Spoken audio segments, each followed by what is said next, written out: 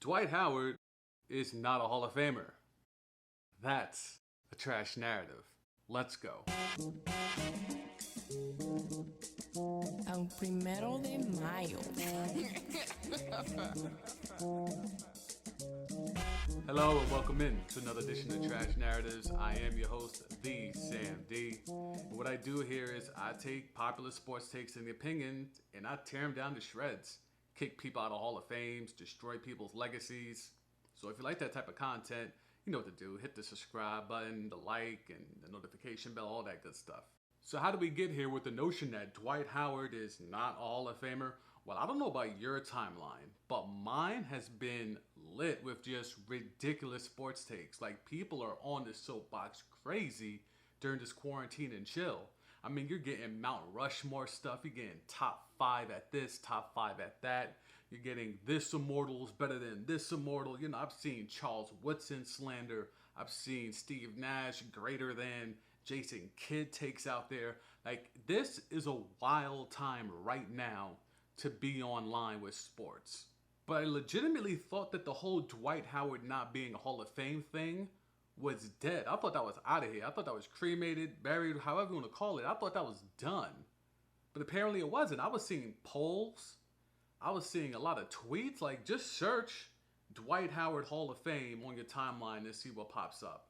Like, it's crazy. The legitimate hate, slander, you know, the disrespect, whatever you want to call it, towards Dwight Howard. So when it comes to Dwight, there's a lot that you could potentially slander him and label him and disrespect him off the court. But when it comes on the court, can we just keep it real? Can we just keep it a buck for a few minutes on Dwight? And let's stop the nonsense. Okay, so let's just go to the numbers, right? 14 years. Because right now we know what he is right now. Right now he's on the back half of his career. He's on the back end of his career. He's a big man off the bench now. He's no longer a starter for a good team or a contending team. We know what Dwight is right now, current day. But let's take the first 14 years of his career. That's a good sample size, right? 14 years. That's a long time. So for a big man, Dwight Howard averaged 17.4 points, 12.7 rebounds, and 2 blocks. Those are really good numbers, right? I mean, you have to admit that. Those are really good numbers. For a big man, for an extended period of time, 14 years, that's really, really good production for a big man. Okay, so 17.4, 12.7, 2 blocks.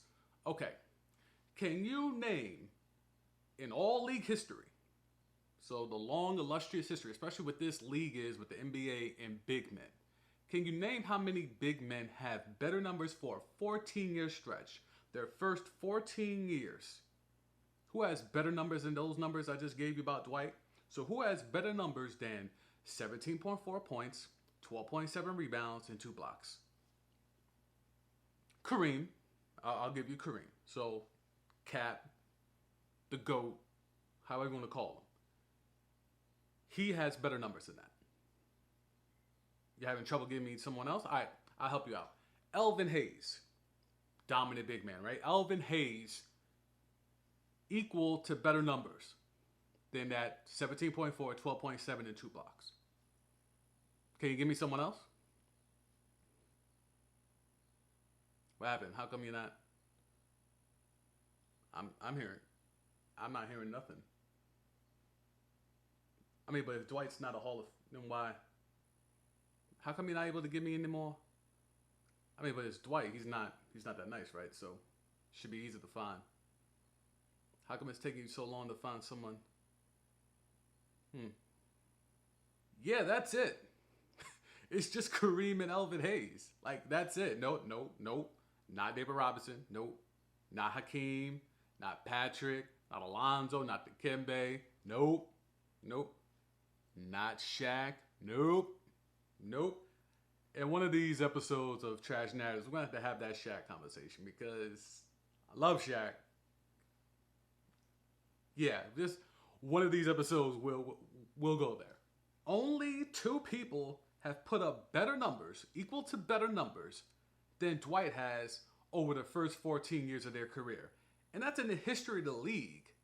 So what are we talking about when it comes to Dwight? Are we talking about his antics? Are we talking about maybe his beliefs and the hypocrisy of those things? Are we talking about the play on the court? Because the play on the court, The accolades are ridiculous, right? Like, do we really need to go through the accolades? Like, is that really a thing that you have forgotten? Have you forgotten how many awards, how many accolades Dwight Howard possessed? Alright, fine. Let me run them down. How about 8 times All NBA, 8-time All Star, 5-time rebounding champion, 2 times led the league in blocks, 5 times named to the All Defensive Team, 3 times Defensive Player of the Year. Like, what else do you need for a resume as a Hall of Fame big man? Yes, no championship, but there's a lot of dudes with no rings, right? There's a lot of dudes with no rings. Not everyone can get these. But understand this. When you are also, along with that 3-time Defensive Player of the Year stuff, when you're also in a 5-year stretch, top 5 at MVP all of those years, come on, bruh. Is not understand the magnitude of what we're talking about here. Dwight Howard, for about a 5 to 6 year run, was not only just really good, he was elite.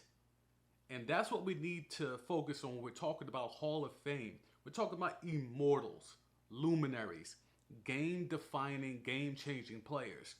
And for about a 6-year window, Dwight was that dude. He was that one.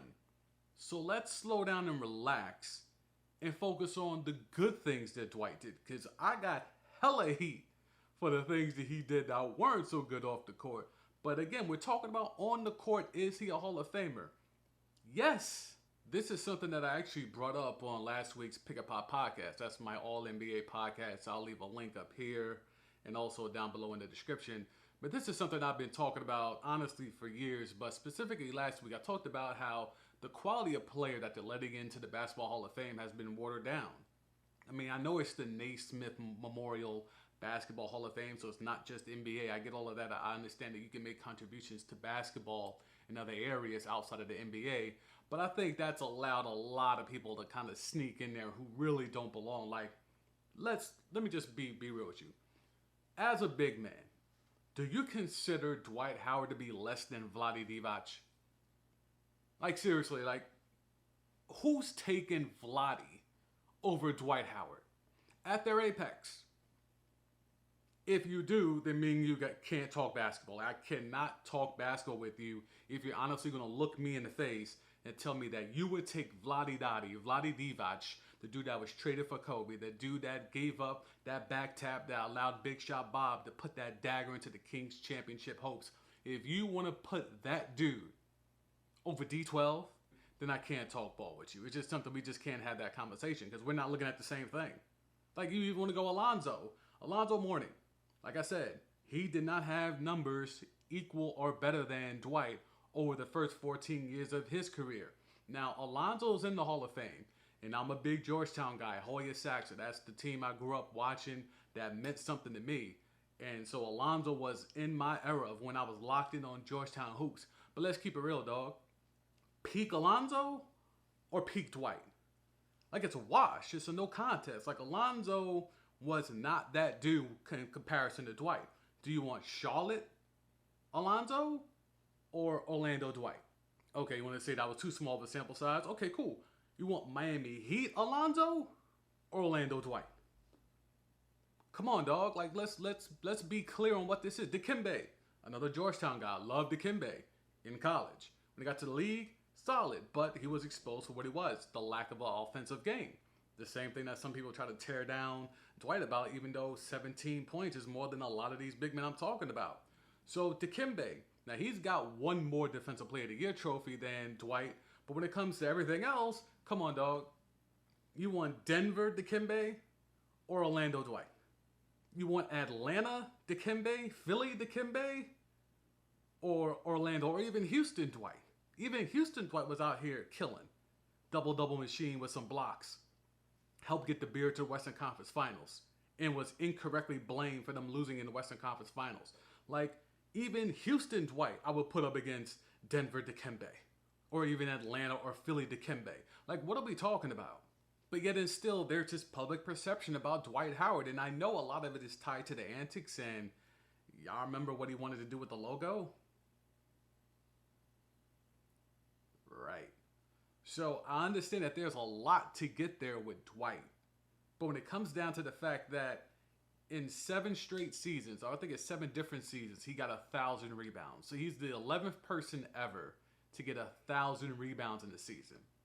The other 10 dudes are all in the Hall of Fame. Like, come on, dog. Like, let's get serious here.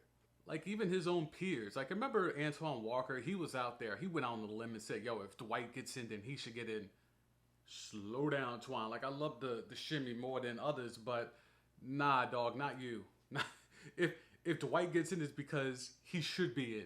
If you get in, it's because, dog, they letting everyone in. Everyone. I mean, look. But again, if Vlade is in, then yeah, if I'm in, like, Dwight shouldn't be the litmus test of whether or not borderline or not even borderline guys should get in. Like, to me, it should be Vlade. Vlade's that dude. Like, he's the one where I'm like, yo, he's in, but I'm not? Nah. He's the one, not Dwight.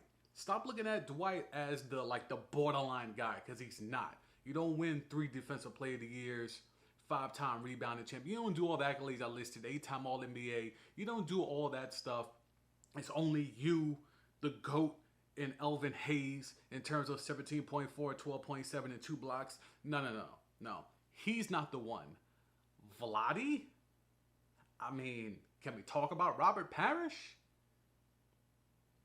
I already mentioned Zoe. I mean, like, there's some ones where you can kind of pick apart and be like, well, wait, how did Son, is he really a Hall? Like, you could really do that with some ones, but don't use Dwight Howard as your litmus test, because he's by far and away clearly a Hall of Famer.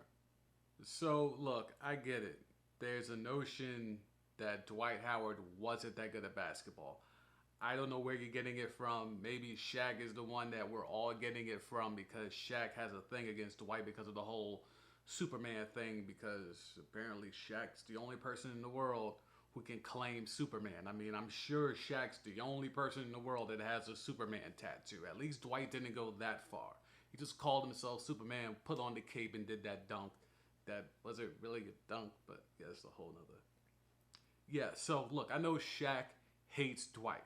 Let's just keep that a bean, right? Shaq despises Dwight. He went to Orlando like him, but again, it was drafted there. He didn't choose that. Like, he could have easily have gone anywhere else. He could have been drafted by anyone, but Orlando picked him, just like Orlando picked Shaq. So there's a lot of similarities, too many for Shaq's liking. So Shaq has a thing publicly against Dwight Howard, because the platform that Shaq has, that narrative has picked up steam of, yeah, he's really not that good. Like, what?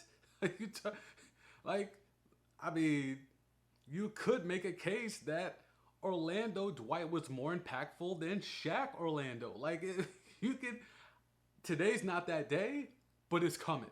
But you can make that case. I mean, who had more help? Who had more help getting to the finals? Shaq Orlando or Dwight Orlando? Who had more help? Yeah, like I said, that's a competition for another day.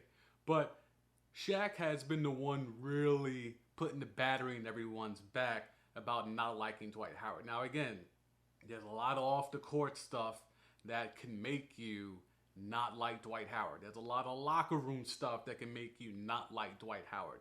But none of that matters in the Hall of Fame. None of that. None of that. Because apparently none of that matters with Vlade Divac getting into the Hall of Fame. So if Vlade Divac is in the Hall of Fame, then someone please tell me. And I'll, look, hit the comments. If you really feel that strongly about Dwight not being a Hall of Famer, then hit the comments. Or hit me up on social. You know what it is, at TheeSamD, TheeSamD. But seriously, when it comes down to merit of Hall of Fame, how is Dwight Howard not an automatic first ballot Hall of Famer? Like, he should go in first time. The media should not play games. Like, the media has obviously played games of putting other guys into Hall of Fame, making them wait. We see how it's ludicrous that Barry Bonds is still waiting, even though he's arguably the greatest baseball player to ever play. But when it comes to Dwight Howard, the media should not be allowed to play games. Dwight Howard is a first ballot, bona fide Hall of Famer. So the narrative that Dwight Howard is not a Hall of Famer, trash narrative. And that will do it for this edition of Trash Narratives. I am the Sam D. That's TheeSamD. And this is what I do here. I take popular sports takes and opinions and tear them down to shreds. I kick people out of Hall of Fames, or in this episode, put people in Hall of Fames, and I destroy sports legacies. So if you like that type of content, hit the subscribe button, the like button, the notification bell, and all of that. And I'll holler at you next time. The Sam D. Trash Narratives. I'm out.